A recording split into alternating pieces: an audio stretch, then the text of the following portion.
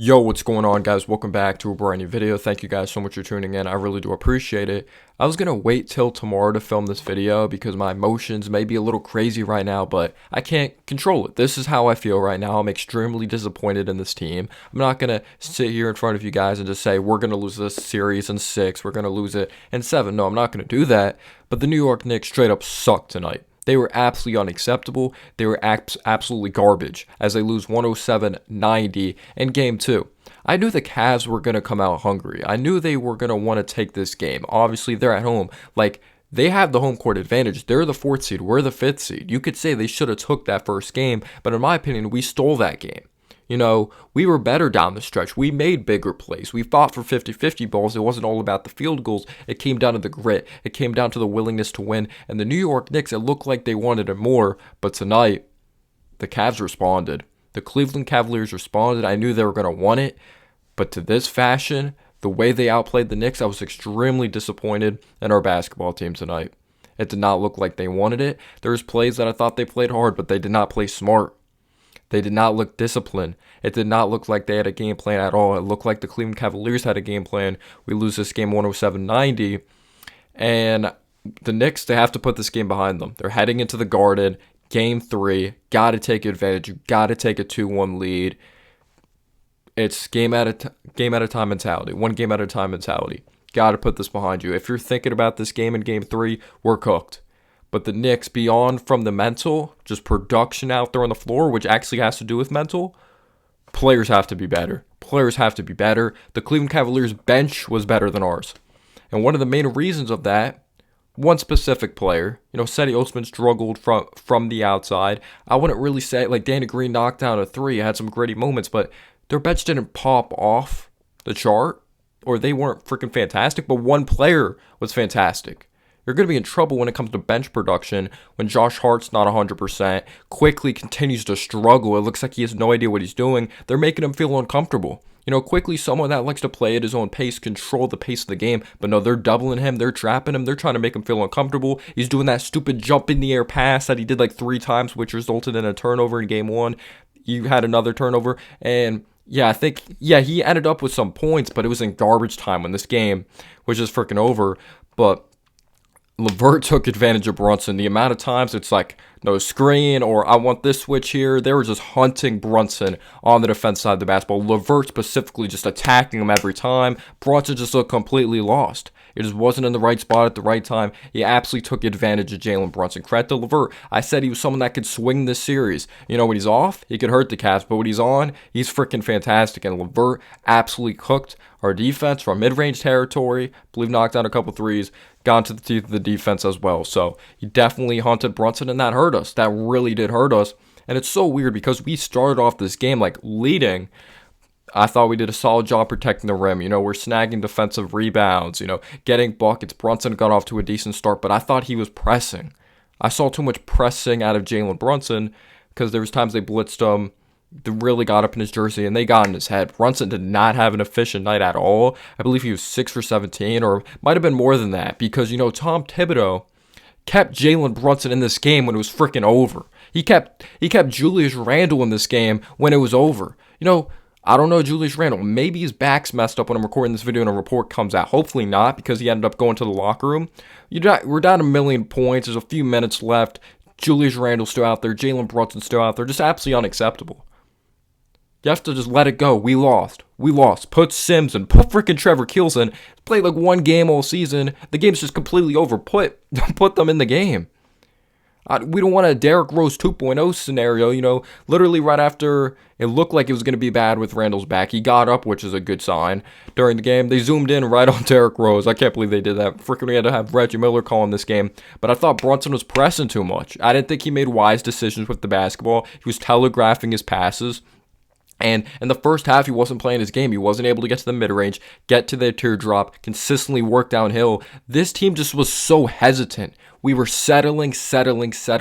Brunson, 7 threes he attempted in the first half. That's not his game. He's a mid-range, get to the free throw line, use those hesitations up and unders, and attack the basket.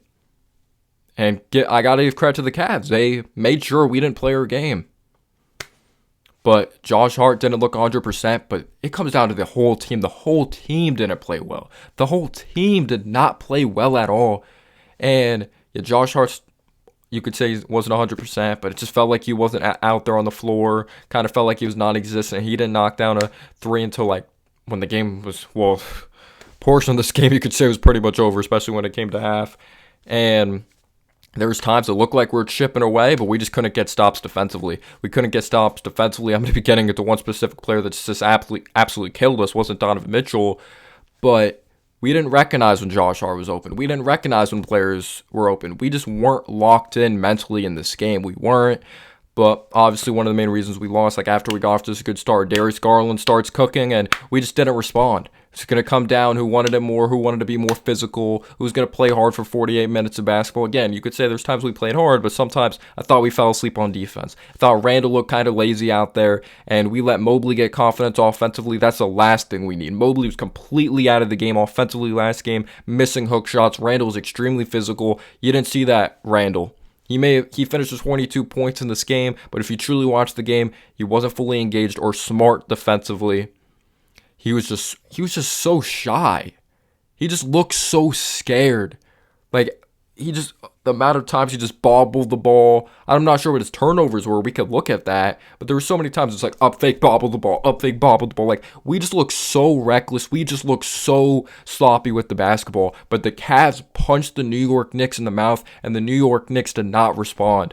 Jared Allen and Evan Mobley, they played like their size. They didn't play like their size last game. We had Josh Hart that was extremely scrappy. You had Randall that was a scrappy player last game. Obviously Brunson was tremendous in that second half, but Brunson wasn't efficient. He was missing shots that he usually knocks down. One shot at the basket he missed. That turnaround fade away from mid-range he didn't knock down. The Knicks just weren't themselves. So Garland cooked. Donovan Mitchell over 10 assists. You had Mobley with over 10 rebounds. Jared Allen with over 10 rebounds. They out-rebounded us. They had more points off the bench. We were just absolutely atrocious from beyond the arc. We only made 29 field goals in this game. 29 field goals? It's just so bad. Didn't even score 40 points at halftime. I believe we had 38 points. That's the least amount of points we've had in a playoff game. It was 38 or 39. Least amount of points we've had in a playoff game since Game 4 when we took on the Indiana Pacers in 2013 in the second round. But there's just no shot making. And the defense was inconsistent. But getting into like the most important players, like I mentioned quickly, they rushed him up and just sped him up, and he wasn't in a flow again. He got some points, but it was in garbage time when it was over. RJ, though, see, I understand RJ's age. He's 22 years old. And I understand everyone grows at a different pace. He had some solid moments defensively, and sometimes I just thought he was absolutely lost. And I do appreciate what he did in the third quarter. He helped us chip away when he got to the free throw line, stopped the clock. But he needs to knock down a damn outside shot.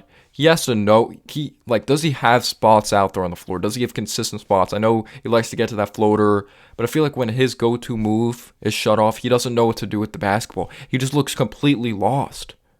He just looks lost. And that is very disappointing. We took this dude. I'm not giving up on him or saying he's trash. I'm not saying any of that, but he needs to be better. He needs to be better. I know he scored in double digits. I'm not trying to take away his points, but the value of his points, garbage time. This game was freaking over. He was in the game at the end when he shouldn't have been in the game. But this overall team was afraid to work downhill, which I understand, though. You have the versatility of Allen and Mobley. But this coaching staff, the players need to come together and find other ways to score. We have to be unpredictable as an offense. We need more cutting, or when someone does cut, we don't recognize them. Mitch doesn't recognize them. Just overall, everyone. It was just a complete mess. It was a mess. RJ has to be efficient. You're not going to win games when it matters. RJ's not stepping up offensively. I understand the defense he provided in the last game. But you're a starter. You're the third option scoring the ball. We need more than just that. We need more. That's the bottom line. We need more.